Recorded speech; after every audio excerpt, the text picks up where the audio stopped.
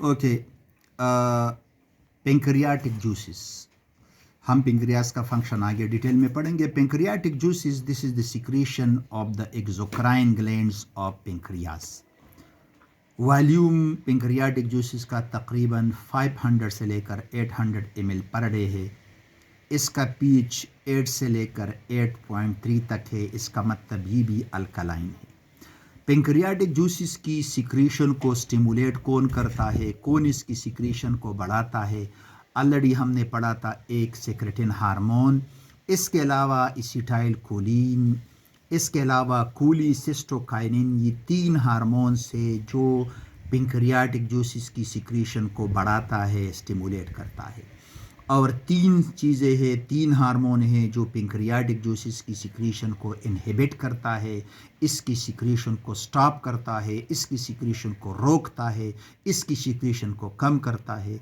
Pancreatic polypeptides by the PP sales of the stomach, of the islets of Langerhans.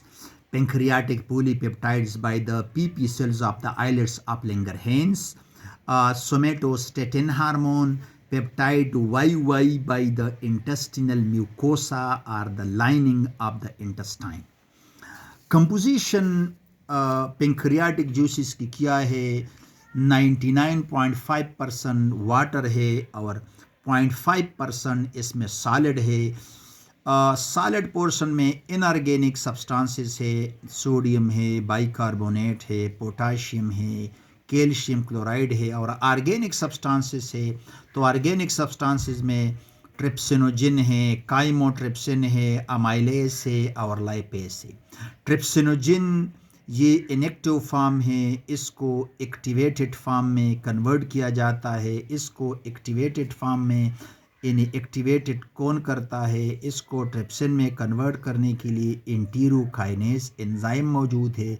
Enterokinase enzyme को भी हमारे duodenum की दीवारें secrete करते हैं। तो ट्रिप्सिन ये एक एंडोपेप्टाइडेज एंजाइम से जो प्रोटीन की डाइजेशन करता है, ये प्रोटीन को स्मॉलर पॉलीपेप्टाइड्स और पेप्टाइड्स में कन्वर्ट करता है। इसी तरह काइमोट्रिप्सिन ये भी इनएक्टिव फॉर्म में सीक्रेट होता है, काइमोट्रिप्सिनोजिन की सूरत में होता है और इसको एक्टिवेट ट्रिप्सिन करता है और ये भी इन एक्सोपेप्टाइडेज है। लेकिन इसके अलावा एक और एंजाइम जो प्रोटीन डाइजेस्टिंग एंजाइम है जिसको कहते हैं कार्बोक्सी पेप्टाइडेज। ये जो कार्बोक्सी पेप्टाइडेज है ये एक एंडोपेप्टाइडेज है। ये जो काइमोट्रिप्सिन है ये एंडोपेप्टाइडेज है और ये जो ट्रिप्सिन है ये भी एंडोपेप्टाइडेज है और ये जो कार्बोक्सी पेप्टाइडेज है ये एक्सोपेप्टाइडेज है। एक्सोपेप्टाइडेज का मतलब ये है कि अगर आप देख ले हमारे पास प्रोटीन है, वो किसका बना हुआ है? अमीनो एसिड्स के बने हुए होते हैं। यानी ये हमारे पास एक प्रोटीन है जो बहुत सारे अमीनो एसिड्स के बने हुए हैं और ये जो अमीनो एसिड है ये आपस में पेप्टाइड बॉन्ड के ज़रिए से मिले हुए होते हैं। तो एंडोपेप्टाइडेज वो होता है जो किसी पॉलीपेप्टाइड के दरमियान में कट लगाता है। वो तो छोटे छोटे फ्रेगमेंट प्रोटीन के बना सकता है लेकिन वो प्रोटीन को कंप्लीटली डाइजेस्ट नहीं कर सकता। इन यहाँ जो कट लगाएगा उसको हम कहेंगे एंडोपेप्टाइडेज, ऐसा एंजाइम। लेकिन वो एंजाइम जो टर्मिनल पे कट लगाता है, यहाँ कट लगाएगा, तो जब यहाँ कट लगाएगा कम से कम वो इस एक अमीनो एसिड को अलग करेगा। तो ये एक अमीनो एसिड इसकी डाइजेशन तो कंप्लीट हो जाएगी। ऐसा पेप्टाइडेज जो साइड पे इन टर्मिनस के अमीनो पेप्टाइड्स पे कट लगाता है उसको कहते हैं एक्सोपेप्टाइडेज।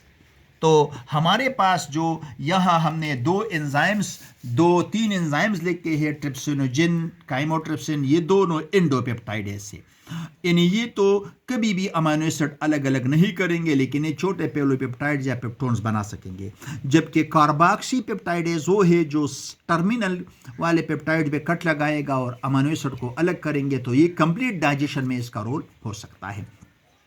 इसके अलावा जो नेक्स्ट एंजाइम है अमाइलेज है। अमाइलेज एक कार्बोहाइड्रेट डाइजेस्टिव एंजाइम है। तो अमाइलेज स्टार्च को या कार्बोहाइड्रेट्स को कन्वर्ट करता है इंटू डाइसैकेराइड, या सिंपली आप यहाँ हमने माल्टोज जस्ट फॉर एग्जांपल लिखा है। तीसरा जो नेक्स्ट एंजाइम जो है लाइपेज है। लाइपेज फैट्स डाइजेस्टिंग एंजाइम है, लिपिड डाइजेस्टिंग एंजाइम है। ये फैट्स या लिपिड्स को कन्वर्ट करता है इनटू फैटी एसिड एंड ग्लाइसेरोल में। तो अगर अभी आप यहाँ देख ले, पेंक्रियाटिक जूसेस के ऑर्गेनिक सब्सटेंसेस में 3 किस्म के एंजाइम्स है। पेप्टाइडेजेस है, पेप्टाइडेजेस इन्हें जो प्रोटीन को डाइजेस्ट करते हैं।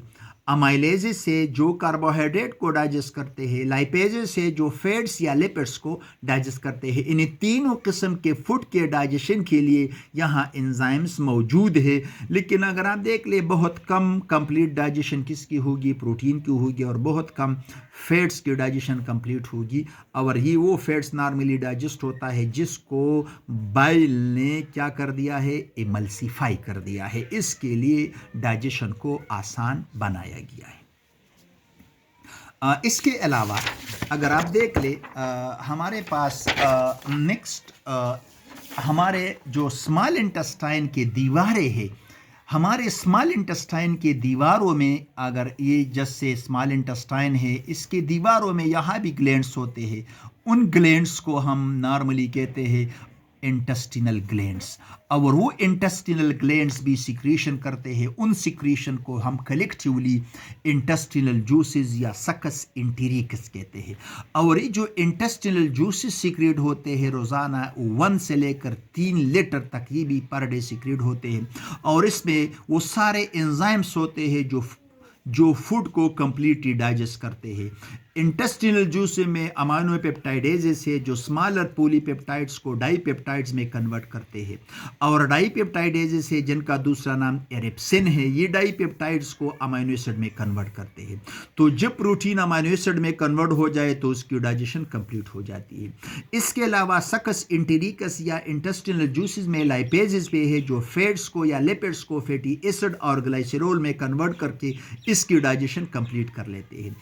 इसके अलावा माल्टेज से जो माल्टोज को ग्लूकोज और ग्लूकोज में कन्वर्ट करके इसकी डाइजेशन, क्योंकि ग्लूकोज भी एक मोनोसेकेराइड है यूनिट से कार्बोहाइड्रेट के, तो ये भी डाइजेशन कंप्लीट हो गई। लैक्टेज से जो लैक्टोज मिल्क शुगर को कन्वर्ट करता है ग्लूकोज और गैलेक्टोज में, तो ये भी डाइजेशन कंप्लीट हो गई। सुक्रेज से जो सक्रोज को which is known as table sugar उसको कन्वर्ट करता है इनटू ग्लूकोज प्लस फ्रक्टोज। इसका मतलब यह है कि सकस इंटेरिकस तीनों किस्म के फूड, प्रोटीन, फैट्स और कार्बोहाइड्रेट की डाइजेशन कंप्लीट कर लेते हैं। तो इसका मतलब हमारे स्मॉल इंटेस्टाइन में डाइजेशन कंप्लीट होती है। डाइजेशन कंप्लीट होगी और डाइजेशन के बाद यहाँ नेक्स्ट जो प्रोसेस होगा that will be the absorption of the digested food.